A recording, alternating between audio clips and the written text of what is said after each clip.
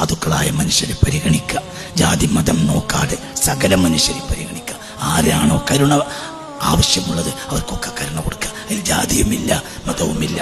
അൽ ഖൽഖു അയാലുള്ളാഹ്, ഈ ലോകം മുഴുവനും അള്ളാഹുവിൻ്റെ കുടുംബമാണ്. അതിൽ ജാതിയില്ല, മതമില്ല.